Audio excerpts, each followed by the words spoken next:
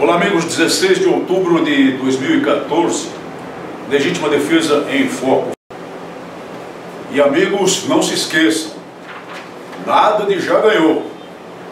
Esse é um grande perigo.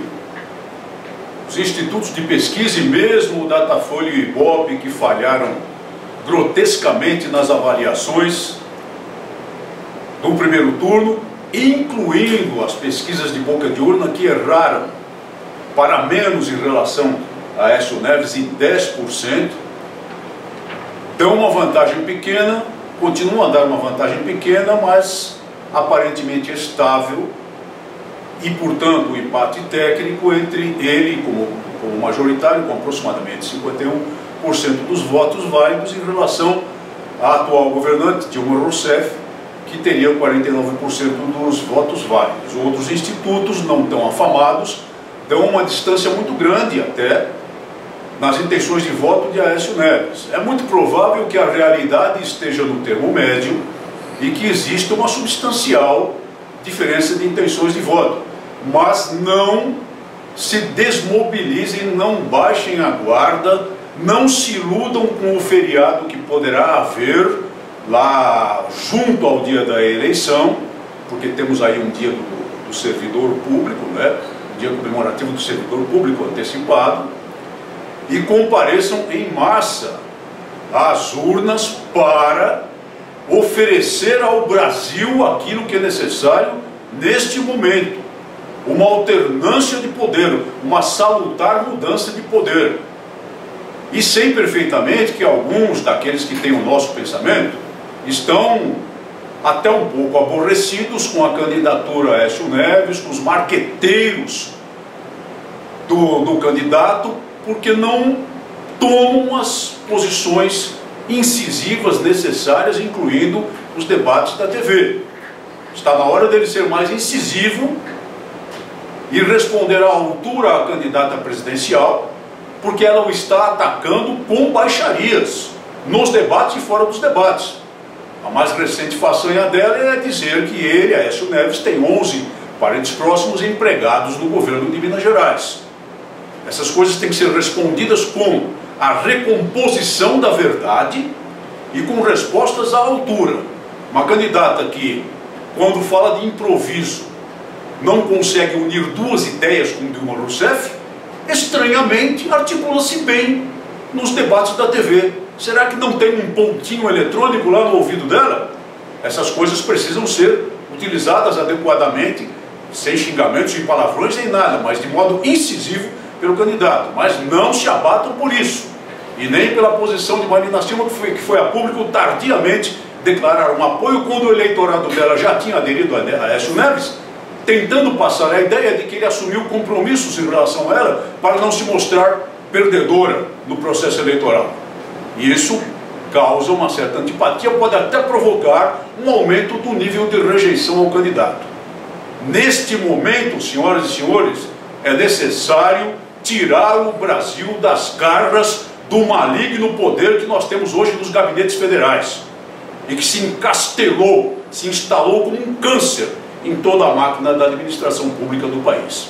E posteriormente nós saberemos cobrar do então presidente Aécio Neves as posições necessárias aos interesses do país. Não se desmobilizem, não há vitória certa. Mantenham o empuxo e mantenham a campanha individual pelo candidato, exercendo a influência positiva e sadia que sabemos influir nos nossos familiares, nas pessoas do nosso relacionamento, as pessoas do círculo de trabalho e de todas as atividades sociais.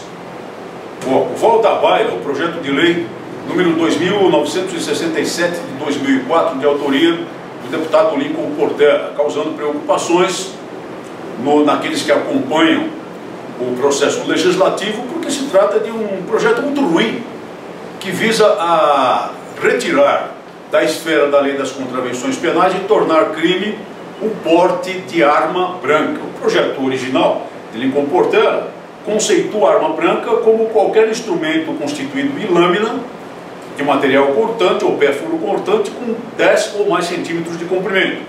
E excetua da configuração do crime de porte, da tipificação, o transporte de objeto que possa ser considerado arma branca entre seu local de depósito e o local de sua adequada utilização. Isso pensando nas atividades profissionais de pessoas que utilizam instrumentos que possam ser consideradas armas brancas. Isso aí poderia ter, por exemplo, o famoso e antigo exemplo do barbeiro, não é? Mas a forma como está colocada pode levar até o enquadramento com posse de porte de arma branca de uma pessoa que haja comprado agora, numa loja qualquer, um faqueiro para dar de presentes ao casal de noivo e esteja transportando o faqueiro para casa, porque qualquer faca pode ser interpretada como arma branca. Esse é o perigo do projeto. O relatório apresentado em 2005, nos anos de 2005, por um certo deputado Coronel Alves, que sinceramente eu não conheço, tentou contornar isso, tornando o texto mais longo e dando a configuração a ele de uma alteração no famigerado Estatuto do Desarmamento, incluindo o artigo 18A e conceituando a arma branca de uma forma extensiva, procurando abranger todos os tipos de instrumentos que poderiam ser utilizados para agressão, excetuando da vedação do artigo as armas brancas conduzidas por profissionais, esportistas, caçadores e pescadores em situações que justifiquem o uso, e ainda determinando a autoridade policial que para a caracterização do crime e consequente autuação, essa autoridade deva analisar o tipo de arma, o local da prisão, a conduta, os antecedentes do preso, ou seja, as circunstâncias do fato, para evitar a prisão em flagrante delito de uma pessoa nas condições do exemplo que eu ofereci aqui. Pode parecer um pouco exagerado, mas é assim.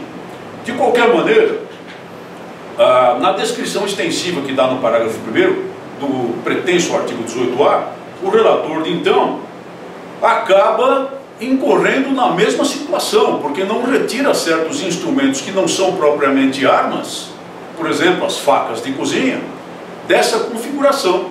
Uma faca encontrada, por acaso, no porta-malas de alguém que participou de um churrasco com a família pode ser considerada uma arma branca. O modo inteligente de enfrentar essa situação seria parar com essa história de querer criminalizar meramente a figura do porte e estabelecer a figura criminal, aí sim, de ato de agressão com arma ou instrumento que possa se equiparar à arma.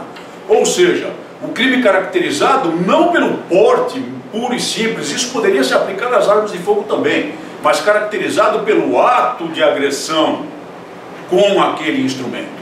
Essa seria uma forma muito mais inteligente de resolver essa questão, mas infelizmente não sai um projeto desse do Congresso Nacional. Por outro lado, esse projeto vem sendo arquivado sistematicamente com o passar das legislaturas, porque evidentemente as comissões onde ele tramita percebem que não é um projeto relevante.